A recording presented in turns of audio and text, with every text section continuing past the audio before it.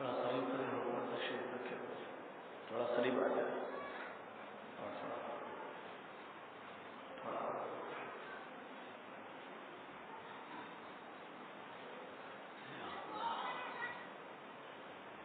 درود شریف پڑھ لیں۔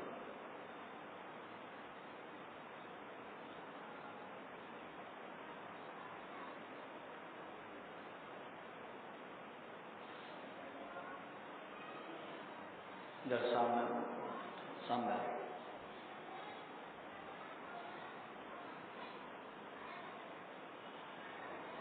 الحمد للہ الجبار والصلاة والسلام على رسوله المختار وعلى آله الأطهار وأصحابه الأخيار إلى يوم القرار، أما بعد.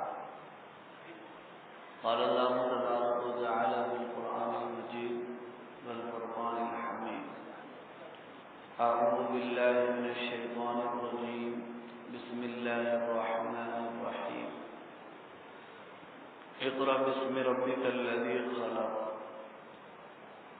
صدق الله العلي العظيم. وقال رسول الله صلى الله عليه وسلم: طلب العلم فريضة على كل مسلم، أو كما قال عليه الصلاة والسلام. بزرگان محترم اور برادران عزیز، الحمدللہ ثم الحمدللہ، ابھی ہم ماہ رمضان المبارک اور اسی طرح عید الفطر کی رحمتوں سے مالا مال ہوئے ہیں، اور اس کے بعد یہ جو مہینہ ہے ماہ شوال ہے، یہ مہینہ بڑا عظیم مہینہ ہے اور فضیلت والا مہینہ ہے۔ زمانے جاہلیت میں لوگ جو ہے شادیاں نہیں کرتے تھے اس مہینے میں، مگر آپ صلی اللہ علیہ وسلم نے اپنی بعض شادیاں اسی مہینے میں فرمائی اور امت کو اس بات کی تعلیم دی کہ یہ مہینہ منحوس نہیں ہے، اس مہینے میں بھی آپ خوشی کا کوئی کام اگر چاہے تو کر سکتے ہیں۔ اور بڑی عجیب بات یہ ہے ہماری کہ ہم ایسے موقع پر فلاں مہینہ منحوس ہے، فلاں دن منحوس ہے، بعض چیزیں ہم نہیں کرتے اور بعض چیزیں کر لیتے ہیں۔ یہ مہینے میں ٹھیک ہے بھی شادی نہیں کرنا، لیکن یہ مہینے میں اگر کوئی آدمی جو ہے فائدہ ہوا، ایک 10,000 روپے لا کے دے دیا تو واپس کر دیتے جی؟ ارے نہیں بھائی، یہ مہینہ جو ہے اتنا اچھا نہیں ہے، کوئی خوشی کا کام نہیں کرنا، لہذا یہ پیسے آپ رکھ لو، یہ مہینہ جانے کے بعد دے دو، بولتے تھوڑے۔ ایسے ہی جو ہے کوئی آدمی جب مر جاتا ہے تو ہمارا حال یہ ہے کہ اس کے نئے کپڑے بھی رہتے تو پھاڑ کے چنڈیاں کر دیتے، جسم سے نہیں اتارتے، اس کا بستر، اس کا جو ہے کپڑے استعمال نہیں کرتے۔ لیکن اگر میت کے ہاتھوں میں، اس کی انگلیوں میں سونے چاندی کی انگوٹھیاں ہیں تو وہ کدھر غائب ہو جاتی معلوم ہی نہیں ہوتا جی؟ معلوم ہوتا؟ نہیں معلوم ہوتا۔ تو یہ سب کیا ہے؟ صرف جو ہمارے عقیدے کی خرابی ہے یا علم کی کمی ہے؟ بہرحال اس وقت ماہ شوال المکرم چل رہا ہے، تو میں نے سوچا کہ آپ کو کیا سنایا جائے اور آپ کے سامنے کیا بیان کیا جائے۔ بیان کرنے کے لیے بھی پہلے سے سوچ کے آنا پڑتا، نہیں آگے جن بول کے بیٹھ گئے، جو دل میں ایسا بول دیے تو چلتا نہیں چلتا، اور ایسا کرنا بھی جو ہے غلط، اس لیے کہ اللہ اور اللہ کے رسول کی باتیں بیان کی جا رہی ہیں تو باحوالہ ہونا چاہیے اور معتبر ہونا چاہیے، واٹس ایپ کی طرح، فیس بک کی طرح، انٹرنیٹ کی طرح جو ہے بے تکی باتیں نہیں ہونا چاہیے۔ یہاں منبر سے بات ہو رہی ہے، محراب جو مسجد سے بات ہو رہی ہے، تو بات باحوالہ اور مستند ہونا چاہیے۔ اس کے لیے مطالعہ بھی پہلے سے کرنا چاہیے، نہیں کرنا چاہیے؟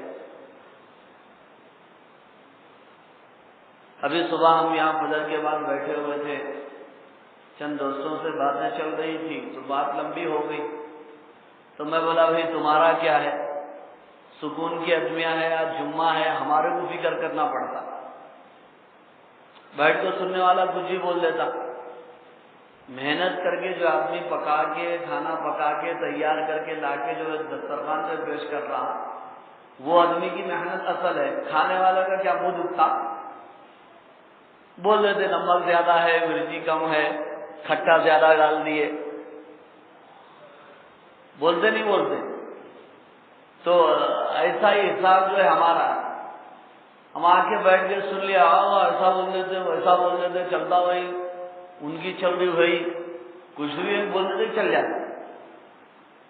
تو اس لیے بیان بھی دین کا ایک کام ہے، یہ بھی محنت دین ہے، یہ بھی دعوت و تبلیغ ہے۔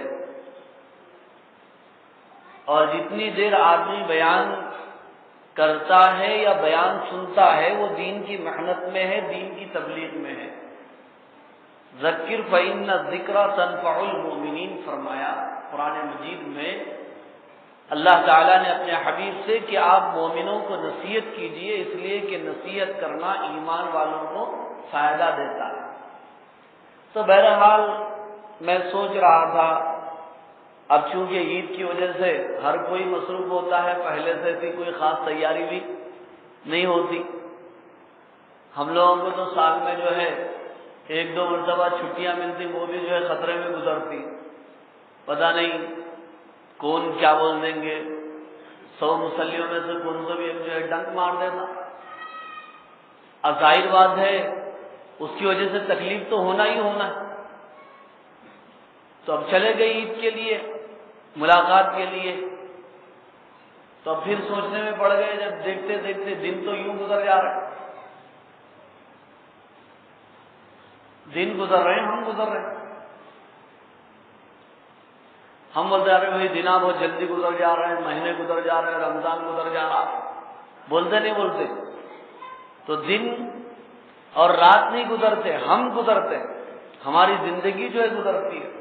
کسی عربی شاعر نے کہا ہے، اس شعر کا مطلب یہی ہے کہ رات اور دن نہیں گزرتے، راتوں اور دنوں کا گزرنا دراصل تیرا گزر جانا ہے۔ یہ رمضان، یہ جمعۃ الوداع، یہ عیدیں، یہ دن اور رات آتے رہیں گے اور جاتے رہیں گے، لیکن گزرتے کون رہیں گے؟ ہاں، ہم لوگ گزرتے رہیں گے۔ کئی لوگ گزر گئے جو گزشتہ سال ہمارے ساتھ، جنہوں نے روزہ رکھا تھا، جنہوں نے ہمارے ساتھ تراویح ادا کی تھی، اور جنہوں نے ہمارے ساتھ اعتکاف بھی کیا تھا، اور جنہوں نے زکوٰۃ بھی دی تھی، اور عید الفطر میں ہمارے ساتھ نماز عید بھی ادا کی تھی، اور ہم سے معانقہ کیا تھا اور بغل گیر ہوئے تھے، اور ہمارے ساتھ وہ عید کی خوشیاں منائے تھے، لیکن یہ رمضان آنے تک وہ ہم سے جدا ہو گئے اور اللہ تعالیٰ کو پیارے ہو گئے۔ تو میرا اور آپ کا کیا بھروسہ کہ آئندہ سال تک ہم جو جئیں گے؟ کل نفس ذائقۃ الموت ہے، اور موت کا وقت اللہ نے کسی کو نہیں بتایا ہے۔ تو اس لیے یہ دنوں کا گزرنا، مہینوں کا اور سالوں کا بیتنا اصل میں ہمارا گزرنا ہے۔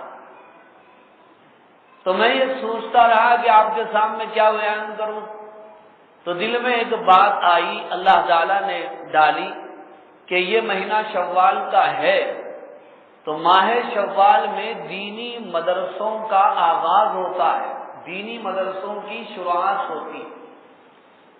ہمارے جو عصری تعلیم ہے وہ اس کا آغاز اور اس کی شروعات کب سے ہوتی ہے؟ جون سے ہوتی ہے۔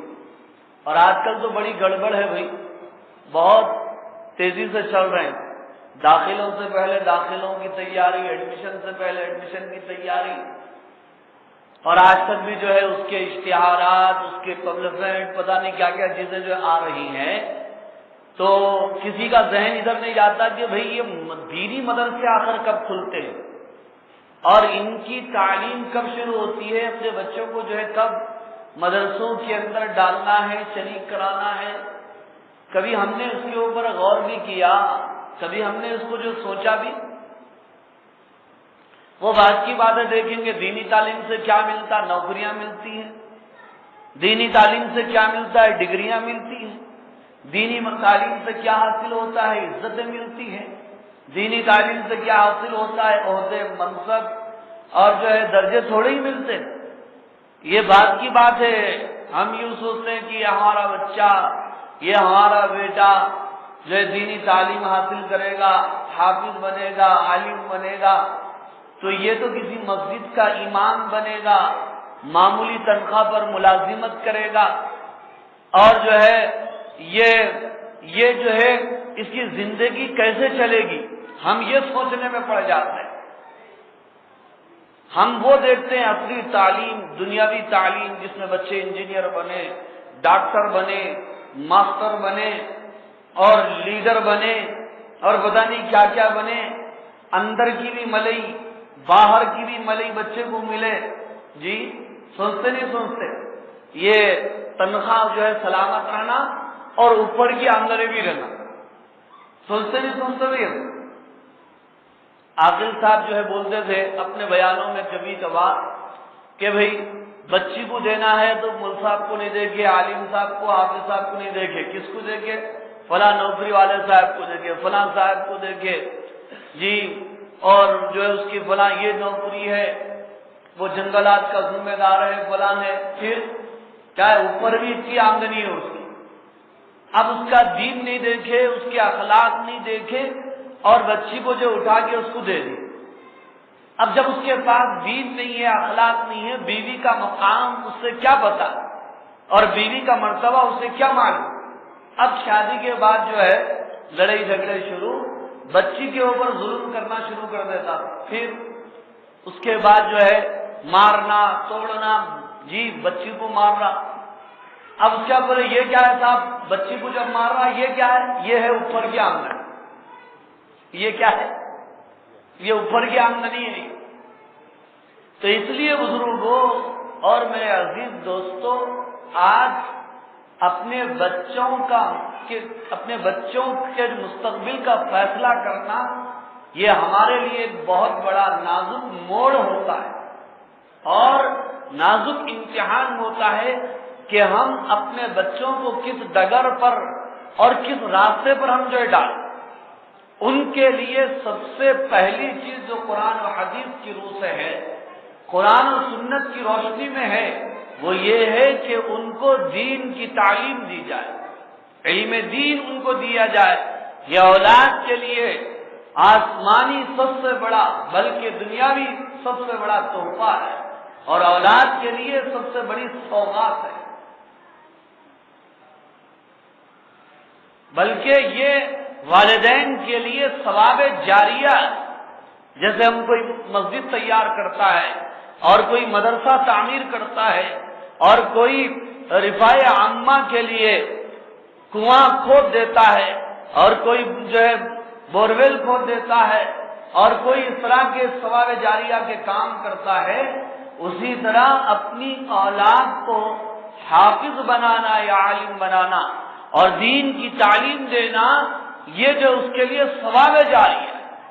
آدمی مر کر مٹی میں مل جاتا ہے اور اس کے ثواب کا میٹر ہمیشہ کے لیے بند ہو جاتا ہے، لیکن جب اس نے اپنی اولاد کو دین کی تعلیم دی، حافظ قرآن یا عالم دین بنایا اور اس کے بچے نے دوسرے کو بنایا، اور یہ کڑی چلتی رہے گی، یہ سلسلہ چلتا رہے گا اور جو چلتا رہے گا، ویسے جو حفاظ تیار ہوتے رہیں گے اور ان سب کا ثواب اپنے بچے کو حافظ قرآن جو بنانے والا ہے اس کو بھی قبر میں لیٹے لیٹے ملتا رہے گا۔ یہ وہ جو ثواب جاریہ ہے اپنی اولاد کے لیے۔ بزرگوں اور میرے عزیز دوستوں، جب ہم قرآن مجید کا مطالعہ کرتے ہیں اور آپ صلی اللہ علیہ وسلم کی سیرت کو پڑھتے ہیں اور آپ صلی اللہ علیہ وسلم کے ارشادات اور فرمودات کو پڑھتے ہیں تو معلوم یہ ہوتا ہے کہ ایمان کے بعد سب سے پہلا جو حکم اترا مسلمانوں پر اور کلمہ پڑھنے والوں پر، وہ حکم کیا تھا؟ وہ حکم تعلیم کا تھا، وہ حکم حصول علم دین کا تھا۔ آپ جانتے ہیں کہ نبی رحمت محسن انسانیت حضرت محمد مصطفیٰ صلی اللہ علیہ وسلم جب غار حرا میں محو خلوت تھے اور وہاں پر آپ اللہ تعالی کی عبادت کیا کرتے تھے، جب آپ صلی اللہ علیہ وسلم کی عمر 40 سال گزر چکی تو اس وقت آسمان سے حضرت جبرائیل علیہ السلام بحکم الہی تشریف لائے غار حرا کے اندر، اور قرآن مجید کی سب سے پہلی 5 آیتیں لے کر سورہ علق کی آپ تشریف لائے۔ وہ آیتیں کیا تھی؟ سورہ علق کی ابتدائی آیتیں، ان کا ترجمہ کیا تھا، ان کی تفسیر کیا تھی، اور ان آیتوں سے ہمیں کیا سبق ملتا ہے، ان آیتوں سے ہمیں کیا درس ملتا ہے؟ کبھی ہم نے سوچا اس سلسلے؟ ہم روزانہ سورہ فاتحہ پڑھتے ہیں، سورہ کوثر پڑھتے ہیں، سورہ اخلاص پڑھتے ہیں، التحیات اور درود شریف نماز میں پڑھتے ہیں، رکوع اور سجدے کی تسبیحات ہم پڑھتے ہیں، ہمیں ان کا ہی ترجمہ اور تشریح معلوم نہیں تو سورہ علق کی تفسیر کہاں سے معلوم ہوگی؟ ہمارے پاس اتنا وقت کہاں ہے، ہمارے پاس اتنا ٹائم کہاں ہے کہ ہم جو ہے قرآن مجید کو سمجھنے کے لیے اپنا وقت نکالیں گے، جو کتاب ہدایت ہے انسانیت کے نام، ہدی للناس فرمایا۔ تو آپ صلی اللہ علیہ وسلم غار حرا میں ہیں، جبرائیل علیہ السلام اتنے میں تشریف لائے اور آپ صلی اللہ علیہ وسلم سے فرمایا اقرأ، بخاری شریف کی روایت، پڑھو۔ آپ نے فرمایا ما انا بقاری، میں پڑھ نہیں سکتا۔ پھر فرشتے نے کیا کیا؟ آپ صلی اللہ علیہ وسلم کو اپنے سینے سے لگایا اور اتنا زیادہ زور سے دبوچا کہ آپ صلی اللہ علیہ وسلم بیان فرماتے ہیں کہ برداشت سے باہر ہو گئے۔ اس طرح 3 مرتبہ اس فرشتے نے کہا اور کیا، اور تینوں مرتبہ آپ نے فرمایا ما انا بقاری، میں پڑھ نہیں سکتا۔ آپ نبی امی ہیں، آپ نے فرمایا کہ میں پڑھ نہیں سکتا۔ تو اس کے بعد فرشتے نے خود جو ہے وہ 5 آیتیں آپ صلی اللہ علیہ وسلم کے سامنے جو ہے پڑھی، اور اس کے بعد آپ صلی اللہ علیہ وسلم نے بھی اس کی تلاوت فرمائی۔ اقرأ باسم ربک الذی خلق، خلق الانسان من علق، اقرأ وربک الاکرم الذی علم بالقلم، علم الانسان ما لم يعلم۔ اقرأ، پڑھو اپنے رب کے نام سے جس نے پیدا کیا، کس کو؟ انسان کو پیدا کیا۔ اب یہاں پر ان صورتوں کی، ان آیتوں کی تفسیر تو بہت ساری ہے، وہ تفسیر میں اس وقت جانا نہیں، انشاءاللہ ارادہ ہے آپ حضرات کے سامنے قرآن مجید کی جو آخری صورتیں ہیں جمعہ میں قسط وار ان کا ترجمہ اور عام فہم تفسیر جو ہے پیش کی جائے۔ دعا کیجئے کہ اللہ تعالیٰ عمر میں برکت عطا فرمائے تو وہ بھی خدمت اللہ تعالیٰ لے لے اور قبول فرما لے اور ہم سب کے لیے نجات اور فلاح کا ذریعہ بنا دے۔ اب یہاں پر سورہ علق کی جو ابتدائی یعنی شروع آیت قرآن مجید کی جو اتری ہے آپ صلی اللہ علیہ وسلم پر، وہ یہی آیت ہے جس میں سب سے پہلا حکم آیا اقرأ، پڑھو۔ تو سب سے پہلا جو حکم آیا وہ حکم یہ نہیں تھا نماز پڑھو، وہ حکم یہ نہیں تھا زکات دو، وہ حکم یہ نہیں تھا حج کرو۔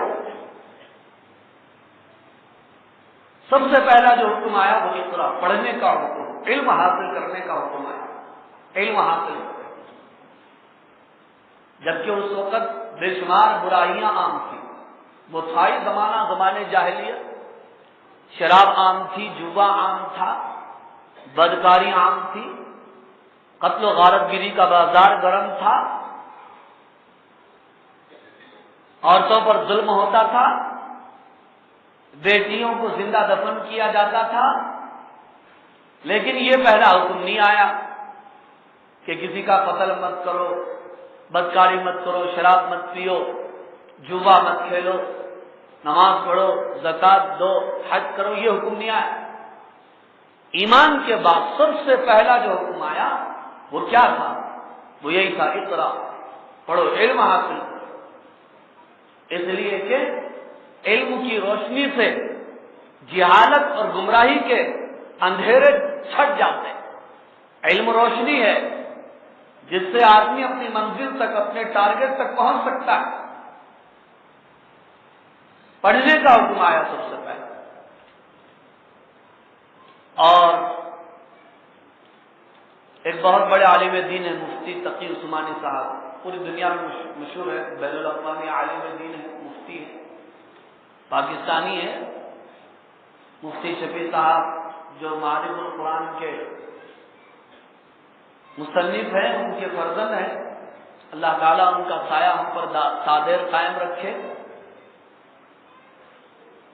ان کے خطبات ہیں، خطبات عثمانی کے نام سے. تو ان کے ایک خطبے میں یہ لکھا ہوا میں نے پڑھا، غالباً اس کی 7ویں جلد ہے.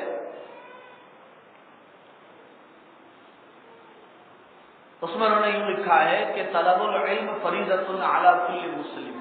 یہ حدیث بہت مشہور ہے اور کئی مرتبہ سنی ہوئی ہے، اور الحمدللہ ہم میں سے بہت سارے بھائیوں کو یہ حدیث یاد بھی ہوگی. طلب العلم فریضۃ علی کل مسلم. علم کا حاصل کرنا فریضہ، فریضہ، فریضہ کے معنی فرض ہے.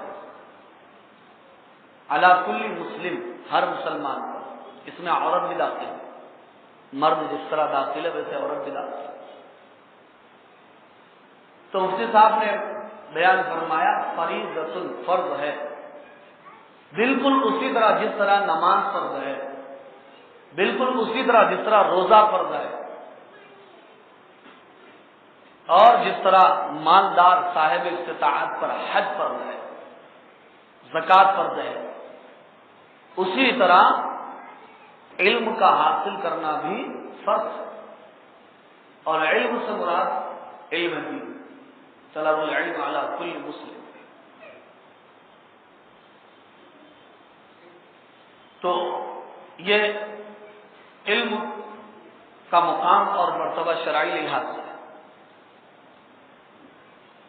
یہاں تک کہ علماء اکرام بیان فرماتے ہیں اللہ تعالیٰ نے انسان کو جو اشرف المخلوقات بنایا ہے وہ اس کے علم کی وجہ سے بنایا ہے.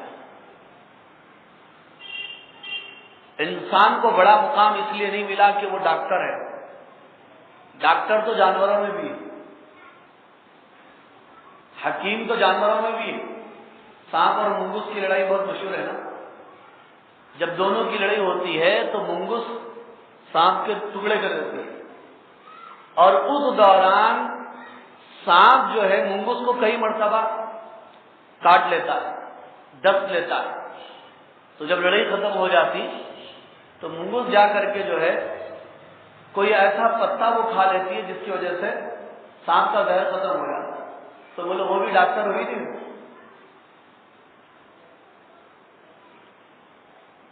انجینئر جانوروں میں بھی انجینئر ہے،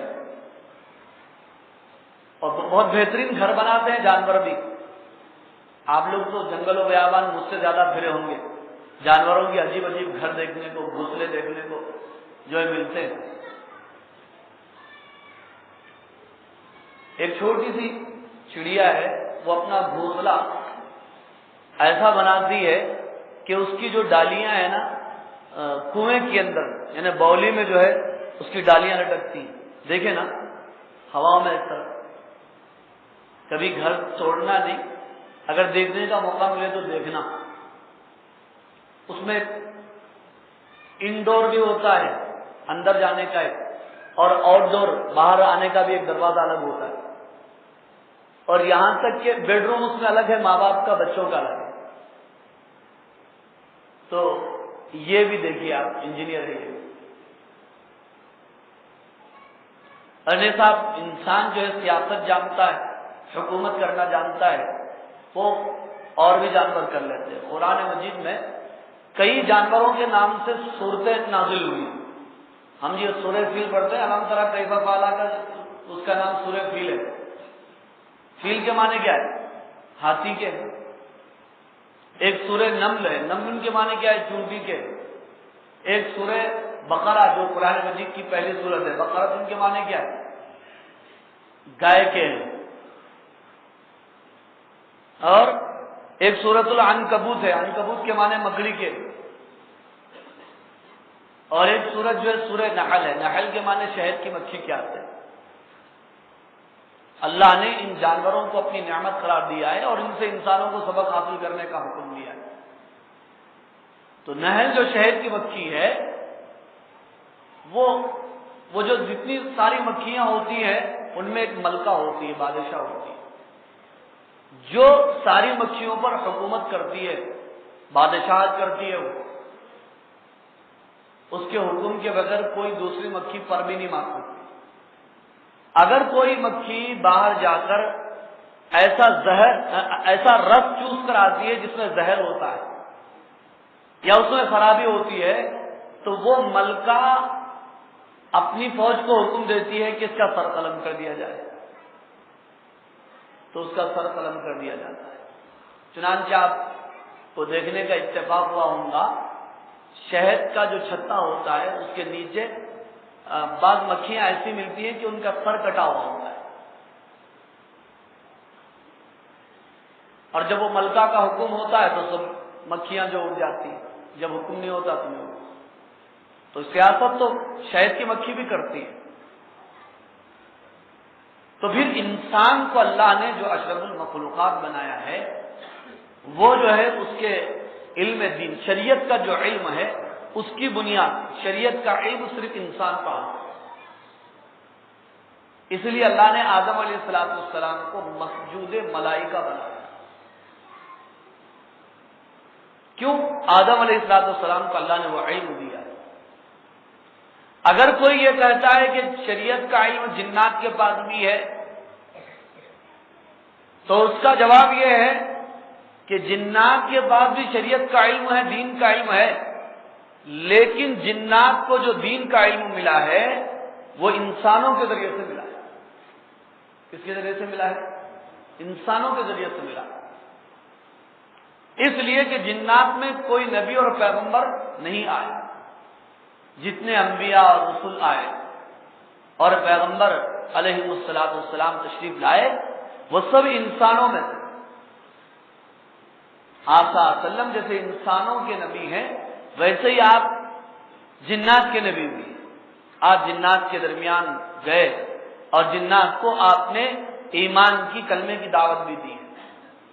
سیرت کی کتابوں میں واقعات جو لکھے ہوئے، تو اس علم کی بنیاد پر انسان کو اتنا بڑا مقام ملا۔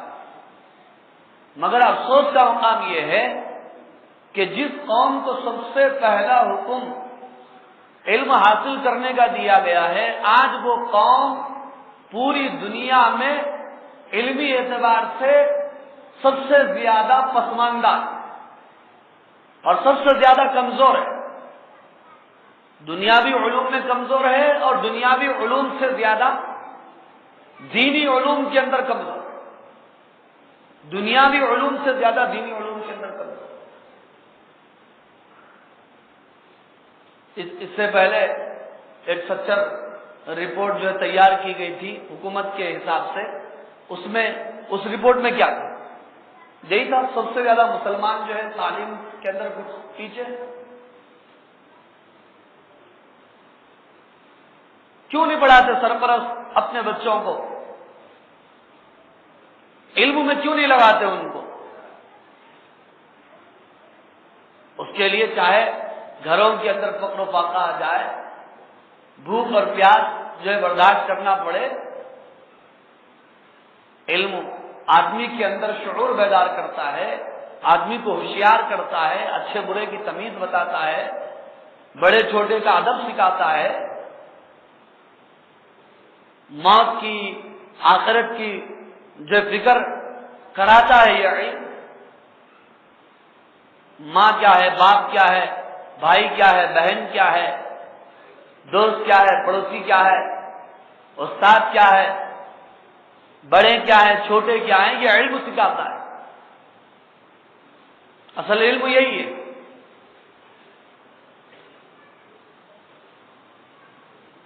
اور اس میں بھی جو ہے 100% میں سے 100% میں سے سمجھ لیجئے کہ 95% مسلمان بچے عصری علم حاصل کر رہے ہیں۔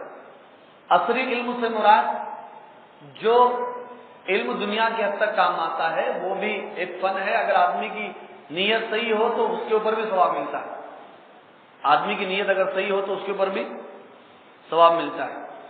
جیسے کہ ایک بچہ ڈاکٹر بن رہا ہے، بھائی میں حلال کماؤں گا، چوری نہیں کروں گا، حلال کماؤں گا، اور اس سے اگر مجھے مال ملے گا تو اس کے ذریعے سے دین کی خدمت کروں گا، غریبوں کی مدد کروں گا اور محتاجوں کا خیال کروں گا، تو اس کے اوپر بھی ثواب۔ تو نیت کے اوپر ہے یہ، انما الاعمال بالنیات۔ تو یہ جو علوم ہے اس کو عصری علوم کہا جاتا ہے۔ میں دنیاوی علوم نہیں بولوں گا اس کو، گرچہ یہ بولنا صحیح ہے، مگر ہمارے بچے پریشان ہو جاتے ہیں کہ ہم اتنی محنت سے پڑھ رہے ہیں، دینی علم، دنیاوی علم، دینی علم، دنیاوی علم۔ تو جو دیندار بچے ہیں ان کے دماغ میں بات کھٹکتی رہتی ہے، پھر اتنا ہمارا پڑھنا فائدہ کیا ہے؟ تو وہ عصری علوم ہے، وہ بات کی بات ہے۔ لیکن جو پہلا علم ہے وہ علم نہیں ہے، کلمے والا علم، نبی والا علم، قرآن والا علم، حدیث والا علم۔ جو اتنا فرض ہے، جو آدمی جس فیلڈ میں ہے کم از کم اس فیلڈ کا علم اس کو حاصل ہو جائے۔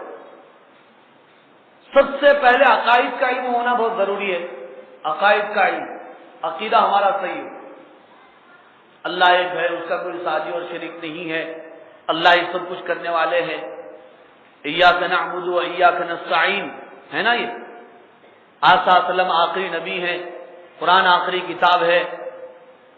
یہ جو عقیدے کا علم ہے نا، یہ عقیدہ ہی انسان کو کامیاب کرنے والا ہے، اسی کی بنیاد پر جنت اور جہنم کا فیصلہ ہونے والا ہے۔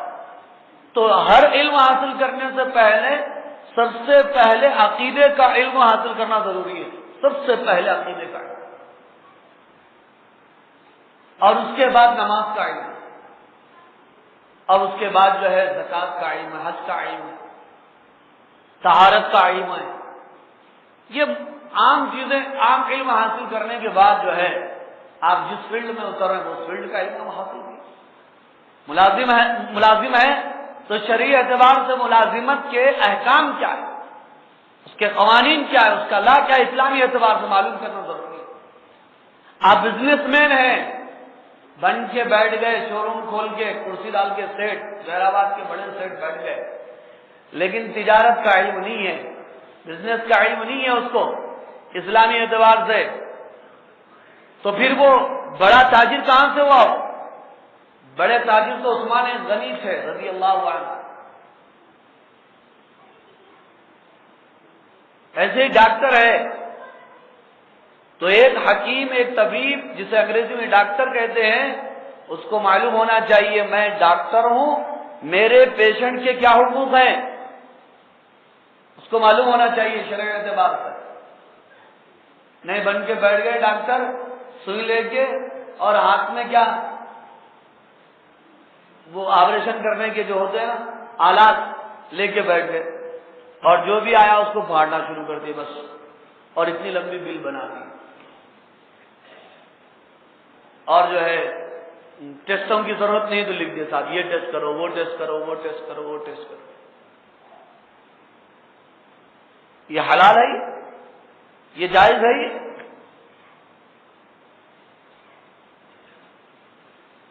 ایک آدمی زراعت کرتا ہے تو زراعت کے مسائل اس کو معلوم ہونا چاہیے۔ آج کل زراعت کرنے والوں کو، زراعت بولے تو کھیتی باڑی کرنے والوں. یہ اردو سے بھی بہت بڑی پریشانی ہے آج کل.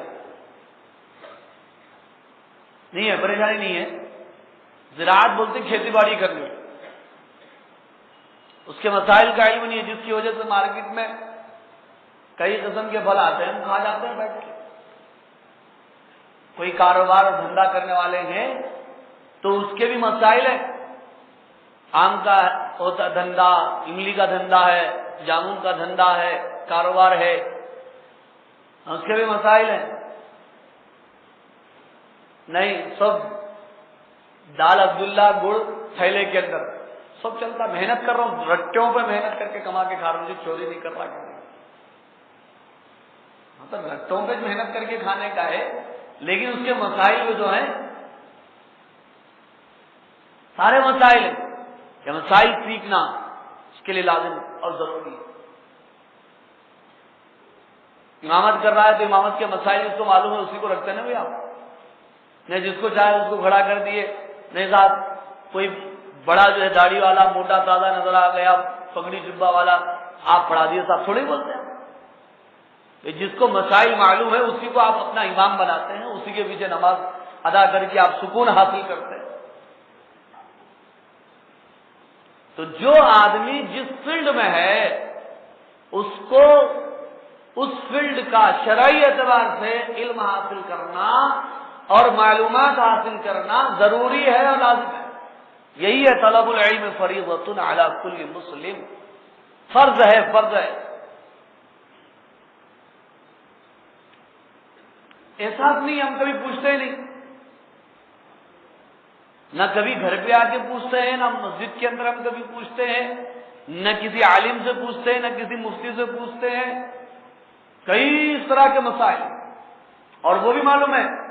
نہیں پوچھنا، پوچھے تو جو ہے عمل کرنا پڑتا. پوچھنا کہیں کو، پھر اللہ کے سامنے جواب دینا کہیں کو. اور سب دل میں بات کھٹکتی، میں یہ کر رہا ہوں صحیح ہے کہ غلط ہے کہ. ہم اگر پوچھنا نہیں، پوچھے تو وہ ظاہر بات ہے کچھ تو بھی پتا جو اللہ تعالیٰ کو کل بول دیں گے صاحب نہیں معلوم تھا، میں اس لیے کر لیا، السلام علیکم، شاباش بہت اچھے بیٹا جاؤ واپس، ایسا بولیں گے. ہم جو ہے روڈ پار کر رہے ہیں، غلط پار کر رہے ہیں سمجھو، پولیس والا پکڑا، ارے کیا بھائی ایسا جا رہے ہیں، نہیں معلوم صاحب بول تو پولیس والا بولا جاؤ صاحب آپ کو نہیں معلوم ہے نا، بھولے ہیں بالکل آپ جاؤ. بہت شریف بات نہیں ہے. آپ تھوڑے آپ معلوم کیوں نہیں کریں. آج کل تو کیمرے بھیڑے ہیں جگہ، کہیں بھی جو ہے ٹرافک کی جو ہے خلاف ورزی اگر ہوتی تو فوراً کیمرہ اس کو قید کرتا اور گھر کو جو ہے بل آ جا، اس کا چالان آیا. زیادہ نہیں بھرے تو راستے میں کہیں بھی پولیس والے پکڑ لیں تو نہیں معلوم تھا صاحب میرے چھوڑ دیتے، تھوڑی نہیں چھوڑ. تو دنیا کی عدالتیں نہیں چھوڑتی ہیں، دنیا کی پولیس نہیں چھوڑتی. تو دنیا کا پیدا کرنے والا جو میرا اور آپ کا خالق ہے، اس کی مرضی ہم معلوم کیے بغیر اپنی فیلڈ کو گزار رہے ہیں تو کل قیامت کے دن اللہ تعالیٰ نہیں پکڑیں گے ہم. اس لیے جو آدمی جس فیلڈ میں ہے اس کو اس فیلڈ کا شرعی اعتبار سے علم حاصل کرنا چاہتا ہے. بہرحال بات یہ چل رہی تھی کہ اس مہینے میں، شوال کے اس مہینے میں دینی مدارس کھلتے ہیں، اوپن ہوتے ہیں. تو ہمیں کیا کرنا ہے؟ ہمیں یہ کرنا ہے کہ ہمارے جہاں 4 بچوں میں سے 3 بچے عصری تعلیم حاصل کر رہے ہیں، انگریزی پڑھ رہے ہیں، انجینئر اور ڈاکٹر، ماسٹر، پروفیسر، لیکچرار جو بھی بن رہے ہیں ٹھیک ہے، لیکن ایک بچہ وہ اللہ کے علم کو حاصل کرنے کے لیے، قرآن اور حدیث کے صحیح علم کو حاصل کرنے کے لیے آپ اپنے بچے کو داخل نہیں کر سکتے. صحیح علم حاصل نہیں ہونے کی وجہ سے کیا ہے، ڈاکٹر بن گئے، سب بن گئے، کچھ بھی نہیں معلوم. یہاں سے 4 باتیں معلوم کر لیے، وہاں سے 4 باتیں معلوم کر لیے، ٹانگ پہ ٹانگ ڈال کے اس کے اوپر تبصرہ، تجزیہ جو کرنا شروع کر دیے. میں جو بول رہا ہوں وہ صحیح بول رہا ہوں. کوئی عالم اگر سمجھانے کے لیے گیا، عالم کو سمجھا کے واپس بھیجا دے. بول صاحب پرانے ان کو کیا معلوم، میں نیا ہوں، میرے کو معلوم سب. مول صاحب کو انگلش آتی کیا، میں سب دیکھ لیا. کہاں دیکھ لیا؟ یوٹیوب پہ دیکھ لیا، فیس بک پہ دیکھ لیا، میرے کو سب معلوم. سب کیا معلوم بھائی؟ سب کیا معلوم. تو اس لیے جو ہے جب صحیح علم حاصل ہوگا یہ ہمارے اختلافات ختم ہو جائیں. یہ بات پہ جھگڑے ہو رہے ہیں نا، وہ ایسا ایسا ایسا ایسا. صحیح علم جب آئے گا تو یہ جھگڑے جو ہے ختم ہو جائیں.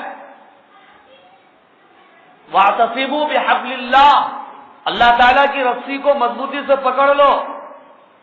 یہ پکڑنا کیا ہے؟ یہ مضبوطی سے پکڑنا کیا ہے بھائی؟ اللہ تعالیٰ کی رسی دکھ رہی کیا؟ جا کے ایسا پکڑ لو. شیخ سعدی علیہ الرحمہ جو ہے ایک لطیفہ لکھے. کیا لطیفہ؟ یہ ہے کہ فارسی کا ایک شعر ہے یا ایک کہاوت ہے کہ دوست وہ ہوتا ہے جو مصیبت میں دوست کے ہاتھوں کو جو ہے پکڑ لیتا ہے، دوست کو جو ہے تھام لیتا ہے. اب ایک آدمی پکڑ لیا، وہ جو ہے پڑھ لیا اور وہی سمجھ لیا جس میں لکھا ہوا تھا. اس کا دوست ایک مرتبہ کسی سے لڑ رہا تھا، جھگڑ رہا تھا. اب نے دیکھ لیا ارے کتاب میں لکھا ہے دوست وہ ہے جو مصیبت میں دوست کے ہاتھ پکڑ لینا ہو. فوراً گیا جا کے اس کے دو ہاتھوں پکڑ لیا. اب اس کی خوب پٹائی ہوگی.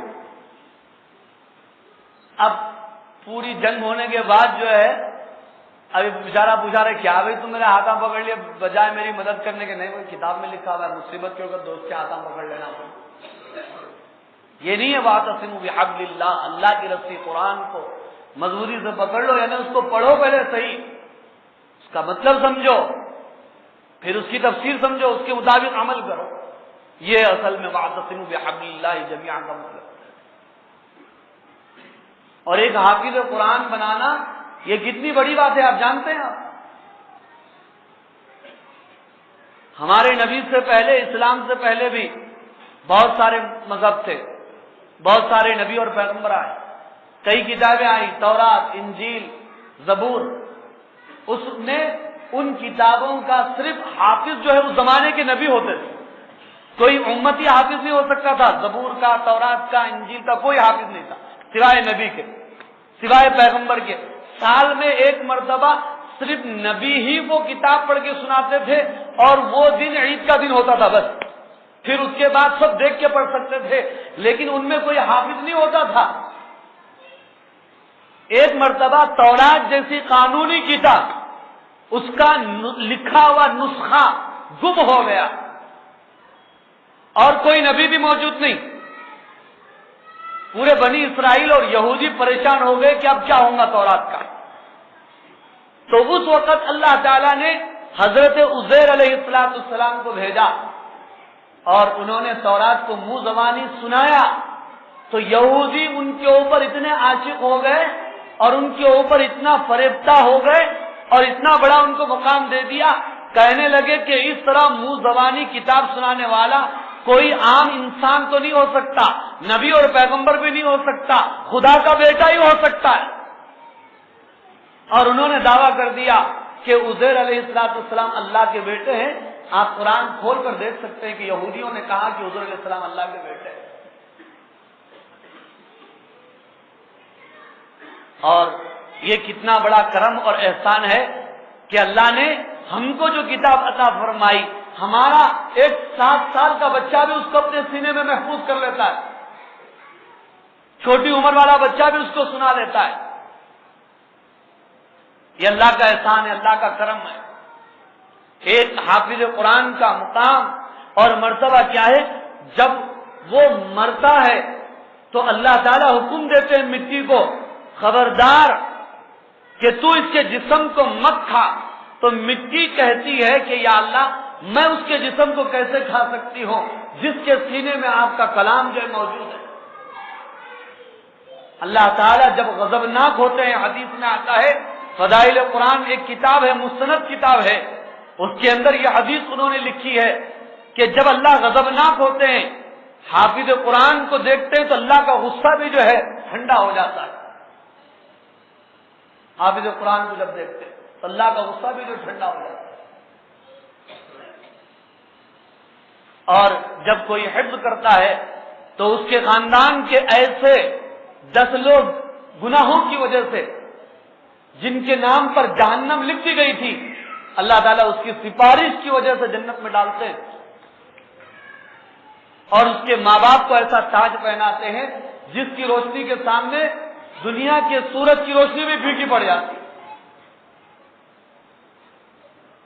یہ ہے حفاظ کا مقام اور جو ہے مرتبہ ہے۔ حافظ قرآن سے قیامت کے دن کہا جائے گا کہ تم جو ہے قرآن کی آیتیں پڑھتے جاؤ اور جنت کے زینوں کو جو ہے طے کرتے چلے جاؤ۔ تو بزرگوں اور عزیز دوستوں، خلاصہ یہ ہے کہ جہاں تک عصری تعلیم ہے، دنیاوی تعلیم ہے، سروے کے مطابق مسلمانوں میں 95% بچے عصری تعلیم حاصل کر رہے ہیں، انگریزی تعلیم حاصل کر رہے ہیں، اور 5% بچے کون سی تعلیم حاصل کر رہے ہیں؟ دینی تعلیم حاصل کر رہے ہیں۔ اس پہ بھی ظلم یہ ہے کہ یہ 95% کیا بول رہے معلوم ہے؟